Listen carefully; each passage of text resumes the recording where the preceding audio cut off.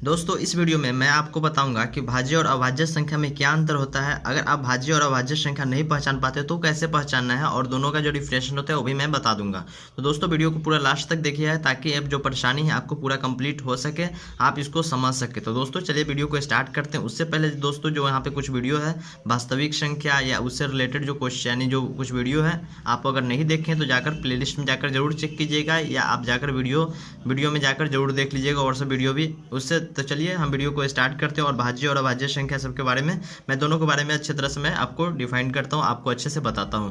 तो सबसे पहले तो बात आती है कि अभाज्य संख्या। तो दोस्तों अभाज्य संख्या को हम इंग्लिश में कहते हैं प्राइम नंबर। ये आप लोग जानते होंगे, अगर नहीं जानते हैं तो देख लीजिए, जान लीजिए कि प्राइम नंबर इसको कहते हैं इंग्लिश में। तो चलिए हम इसको देखते हैं कि अभाज्य संख्या क्या होता है। तो दोस्तों इसका जो डिफिनेशन होता है, इसका डिफिनेशन यही होता है कि वो ऐसी संख्या जो वह खुद से या एक से कट जाए, यानी वैसी संख्या जो खुद से या एक से कट जाए। जैसे कि कोई नंबर है तो इसमें चलिए पहले मैं बता देता हूँ, एक से कट जाए या जो नंबर है वो खुद से कट जाए। तो हम इसका कुछ जैसे पी क्यू आर ए जैसे वर्बल में कुछ ले लेते हैं। तो चलिए हम पी ले लिए, तो कोई ऐसा नंबर है जैसे एक पी है, पी कोई नंबर है, ठीक, यानी पी एक अभाज्य संख्या है। तो एक क्या चीज़ से कटेगा, वो एक से कटेगा या तो वो खुद से कटेगा, इस तरह से होता है। यही इसका डिफिनेशन है। तो आप इसको ये लिख लीजिएगा कि वैसी संख्या जो एक से या खुद से कट जाए। तो अगर कोई एग्जांपल में जैसे कुछ नंबर लेते हैं, जैसे कि अगर नंबर यहाँ पे देखा जाए तो 2 से यहाँ पे शुरू होता है, जैसे कि 2, उसके बाद 3, उसके बाद 5, 7, 11 इस तरह से जाता है। ठीक, अभाज्य संख्या इसी तरह से जाता है। आप सोच रहे होंगे कि 1 क्यों नहीं लिए। तो दोस्तों जो 1 है ना ही अभाज्य संख्या है और ना ही भाज्य संख्या है, तो इसलिए 1 को हटाकर और 2 से शुरू किया जाता है। तो चलिए यहाँ से 2 से जब शुरू हो गया तो यहाँ पे देखते हैं 2 को। तो जब 2 नंबर को जब यहाँ पे लेते हैं तो 2 को देखिए दोस्तों, 2 है तो 2 क्या क्या चीज़ से कटेगा, या तो एक 1 से कटेगा या क्या चीज़ से कटेगा, ये 2 खुद से कटेगा, यही होगा। तो देखिए यहाँ पे जो डिफिनेशन है कि कोई अगर नंबर है, ठीक है, कोई नंबर है या तो वो खुद से कटेगा या तो एक से कटेगा। तो सेम एक कंडीशन यहाँ पे आ रहा है।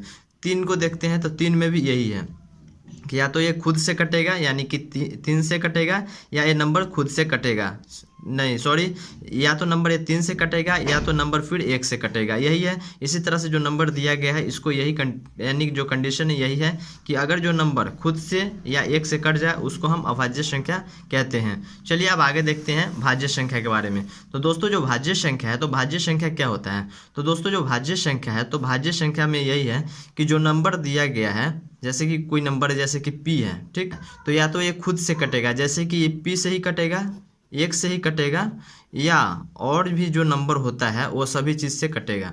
जैसे कि देखिए यहाँ पे अगर हम 10 को लेते हैं तो 10 को अगर हम 10 क्या क्या चीज़ से कटेगा, देखिए 1 से भी कटेगा, 2 से भी कटेगा, 5 से भी कटेगा और 10 खुद से भी एक बार में कटेगा। तो दोस्तों इसको देखिए, ये तो सब से कट रहा है, 1 से भी कट रहा है, 2 से भी कट रहा है, 5 से भी कट रहा है, 10 से भी कट रहा है। तो इसलिए जो नंबर है ये भाज्य संख्या यानी कि कंपोजिट नंबर हो जाएगा।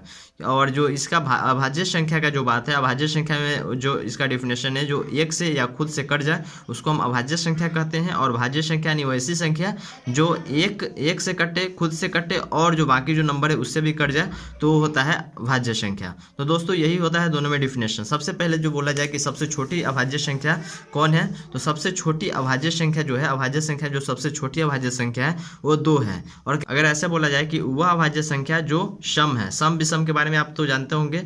तो देखिए यहाँ पे बोला जाता है, अगर नहीं जानते तो जाकर पिछले वीडियो देख लीजिएगा वास्तविक संख्या से रिलेटेड, उसमें आपको सम विषम के बारे में बताए हुए हैं, अब देखिएगा। तो सबसे यहाँ पे अगर आपसे क्वेश्चन पूछा जाता है वैसी अभाज्य संख्या जो यहाँ पे सम है, तो सम में तो देखिए 2 है, तो 2 यहाँ पे अभाज्य संख्या। उसके बाद अगर सम में देखते हैं 4, 6, 8, 10, तो ये सब ये नहीं है, अभाज्य संख्या नहीं है, वो सब भाज्य संख्या हो जाता है। तो इसलिए 2 ही सबसे छोटा नंबर भी है, यानी सबसे छोटा अभाज्य संख्या भी है। और 2 एक ऐसा नंबर है जो सम संख्या और अभाज्य संख्या दोनों है। और 1 को हम अभाज्य संख्या और नहीं भाज्य संख्या लेते हैं, ये जरूर ध्यान रखिएगा क्योंकि ये क्वेश्चन आपको पूछा जा सकता है। ठीक है, तो दोस्तों इसमें आपको मैं बता दिया कि अभाज्य संख्या और भाज्य संख्या जो दोनों होता है वो क्या होता है और दोनों को किस तरह से। अगर इसका हम एग्जाम्पल लेते हैं, जैसे कि अगर आप चाहें कि भाज्य संख्या का क्या एग्जाम्पल होता है, तो इसका जो एग्जाम्पल होगा इसका होगा 4 से।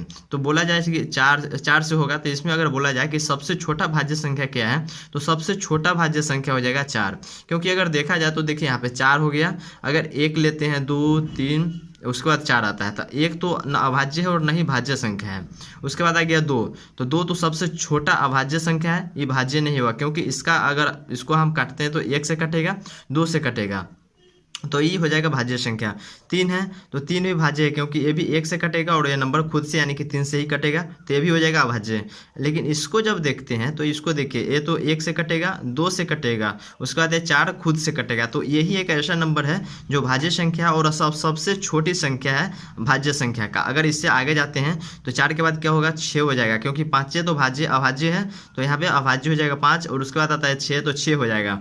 तो इसका भाज्य संख्या का जो एग्जाम्पल होगा, भाज्य संख्या का एग्जाम्पल हो जाएगा 4, 6, उसके बाद हो जाएगा 8, 9, 10, इस तरह से होते जाएगा। ठीक है, ये हो गया भाज्य संख्या का। जैसे कि कोई बोल दे कि जो 610 ये क्या चीज, कौन सा नंबर है, अभाज्य संख्या है या भाज्य संख्या है। 720 ये अभाज्य संख्या है या भाज्य संख्या है। कोई पूछ दे कि 125 ये अभाज्य संख्या है भाज्य संख्या है, तो ये सब आप बता सकते हैं। अगर नहीं बता सकते हैं तो इसका जो ट्रिक है बहुत ही शॉर्ट ट्रिक है, आप 10 सेकेंड 15 सेकेंड के अंदर में आप किसी को भी बता सकते हैं, क्योंकि जो नंबर दिया गया है वो भाज्य संख्या है अभाज्य संख्या है, ये क्या है 133 भी पूछा जाए तो आप बता सकते हैं कि नहीं बता सकते, आप देख लीजिएगा। नहीं तो जो अगला वीडियो आएगा मैं आपको बता दूंगा कि किस तरह से अगर कोई कितना भी बड़ा नंबर है उसको हम एकदम शॉर्ट में 10 से 15 सेकेंड के अंदर में सॉल्व कर सकते हैं कि वो नंबर अभाज्य है या भाज्य है। तो दोस्तों इस वीडियो में मुझे उम्मीद है कि भाज्य और अभाज्य संख्या से रिलेटेड आपको जानकारी मिल गई हो कि क्या चीज़ को भाज्य कहते हैं और क्या चीज़ को अभाज्य कहते हैं। तो जानकारी मिल गई होगी तो एक लाइक कर दीजिएगा, और जो अगला वीडियो आएगा हो सकता है उसमें आपको मैं बताऊं कि अभाज्य और भाज्य और अभाज्य संख्या कौन कौन नंबर हो सकता है। जैसे कुछ नंबर दिया रहे तो उस नंबर में अभाज्य और अभाज्य पहचानने का मैं तरीका बता दूंगा, जो ट्रिक होता है वो बता दूंगा। तो दोस्तों वीडियो को लाइक कर दीजिएगा, और चैनल पे पहली बार आए थे तो चैनल को प्लीज़ सब्सक्राइब कर दीजिएगा। तो फिर मिलते हैं अगले वीडियो में। तो दोस्तों अभी के लिए बस इतना ही।